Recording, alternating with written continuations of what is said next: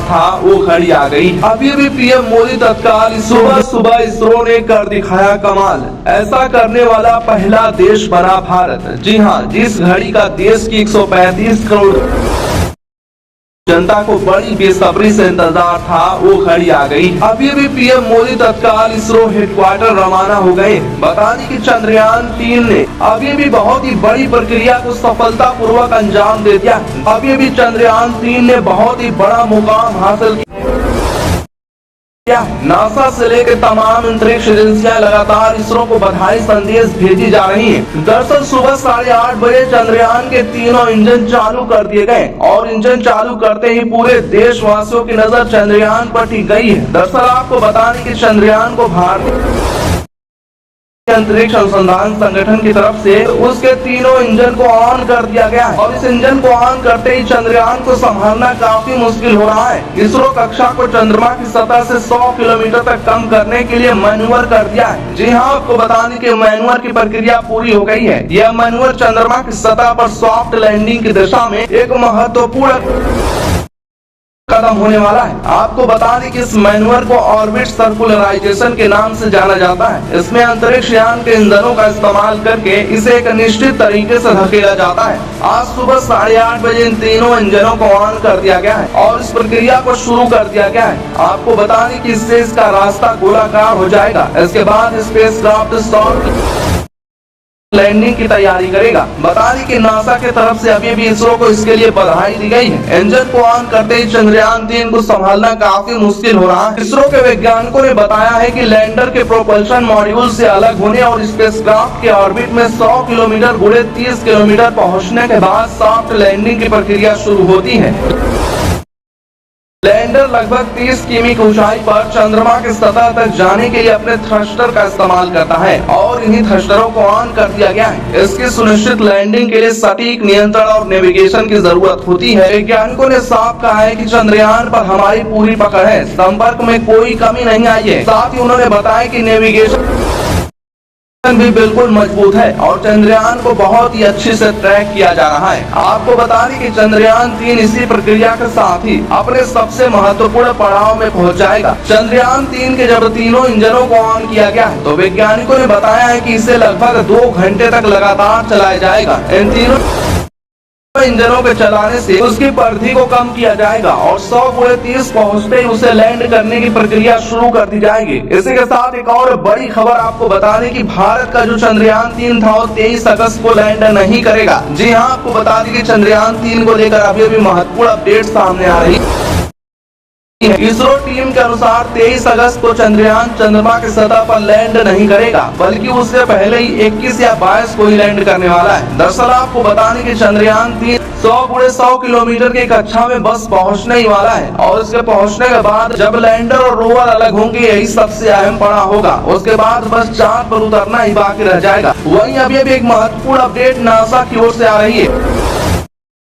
जी हाँ, आपको बता दें कि नासा ने 50 साल पहले इंसान को पहली बार चांद पर भेजा था। एक बार फिर नासा का यही लक्ष्य था जिसके तहत उसने आर्टेमिस मिशन शुरू किया है। इस मिशन के जरिए नासा का लक्ष्य है कि 2025 तक इंसानों को चांद पर फिर भेजा जाए, लेकिन शायद अब इस मिशन में देर हो जाए। नासा की ओर से एक बड़ा बयान दिया गया है जो इस मिशन पर नजर लोगों के सपनों पर पानी फेर देगा। नासा ने कहा है कि वे अपने आर्टेमिस मिशन के तहत अंतरिक्ष यात्रियों का लॉन्च करने और उन्हें चंद्रमा पर उतारने में सक्षम नहीं हो सकता। एक प्रेस ब्रीफिंग के दौरान अंतरिक्ष एजेंसी में एक्सप्लोरेशन सिस्टम डेवलपमेंट मिशन निदेशालय के एसोसिएट जिम फ्रे ने संकेत दिया है कि स्पेस एक्स की ओर से तैयार किए जा रहे लैंडिंग सिस्टम पर विशेष ध्यान देने के साथ कई महत्वपूर्ण घटकों को तैयार करने की जरूरत है। साथ ही उन्होंने बताया कि नासा अकेले यह काम करने में सक्षम नहीं होगा, उसे साथ पड़ेगी अन्य अंतरिक्ष एजेंसियों की जैसे कि इसरो और रॉसकॉस्मॉस। लेकिन आपको बता दें कि यूक्रेन और रशिया में जो तनाव चल रहा है उसके चलते रॉसकॉस्मोस से नासा का बहुत अच्छा संबंध नहीं है। साथ ही आपको बता दें कि आर्टेमिस प्रोग्राम के तहत नासा कई मिशन लॉन्च करने की रणनीति बना रहा है जो जटिलता में बढ़ोतरी करते हैं। इसके तहत नासा का 2 प्रमुख लक्ष्य था। पहला कि चंद्रमा पर फिर से इंसानों को भेजा जाए और दूसरा की तकनीकी प्रयोग के लिए एक स्थायी बेस बनाया जाए जो मंगल ग्रह पर इंसानों को भेजने का रास्ता साफ करेगा। आर्टेमिस 1 के तहत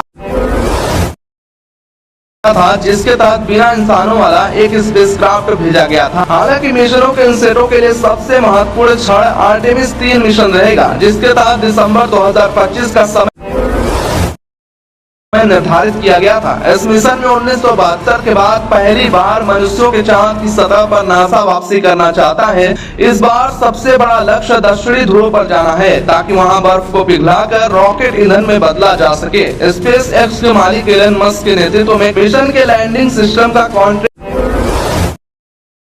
हासिल किया था, जो उसके स्टारशिप रॉकेट प्रोटोटाइप का एक संस्करण है। हालांकि स्टारशिप रॉकेट तैयार होने से अभी दूर है। दोस्तों, फिर से चंद्रयान पर आते हैं। बता दें कि चंद्रयान को लेकर अभी 7 बड़ी जानकारी सामने आ रही है। पहला यह कि चंद्रयान में अल्टीमीटर लगा है, लेजर और आरएफ आधारित अल्टीमीटर। दूसरा,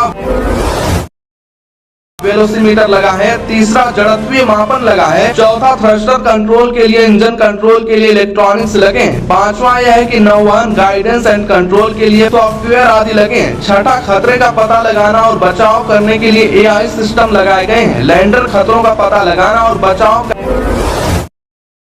कैमरा और एआई एल्गोरिदम पर काम करेगा।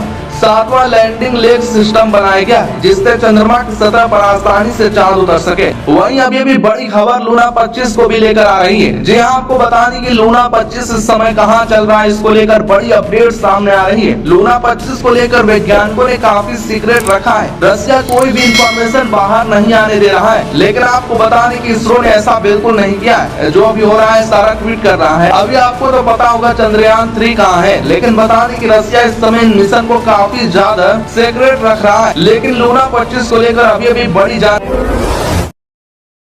सामने आ रही है। दरअसल आपको बताने कि लूना 25 आज यानी 16 अगस्त को चांद की ऑर्बिट में प्रवेश कर सकता है। जी आपको बताने कि लूना 25 को लेकर बड़ी खबर आ गई है। आज यानी 16 अगस्त को चांद की ऑर्बिट में प्रवेश कर सकता है। अब चलिए चंद्रयान 3 की आगे की प्रक्रिया को समझते हैं। प्रोपल्शन मॉड्यूल द्वारा चंद्रमा की कक्षा में पहुंचाया जाएगा। कुछ समय पश्चात लैंडर उस मॉड्यूल से अलग हो जाएगा और चंद्रमा के दक्षिण ध्रुवीय क्षेत्र में सॉफ्ट लैंडिंग का प्रयास करेगा। यह क्षेत्र विशेष आकर्षण रखता है, क्योंकि इसमें हमेशा छाया में रहने वाले क्रेटर हैं, जिसमें जल, हिम और मूल्यवान खनिज हो सकते हैं। चंद्रयान 3 लैंडर में 4 वैज्ञानिक उपकरण या पेलोड है, जिनमें से एक चंद्रमा के भूकंपों का अध्ययन करेगा, जबकि दूसरा इस बात का अध्ययन करेगा कि चंद्रमा की सतह पर ऊष्मा किस प्रकार प्रवाहित होती है। तीसरा, चंद्रमा की सतह के निकटवर्ती प्लाज्मा वातावरण का अध्ययन करेगा। चौथा उपकरण वैज्ञानिकों को पृथ्वी तथा चंद्रमा के बीच की दूरी को अति परिशुद्धता से मापने में समर्थ करेगा।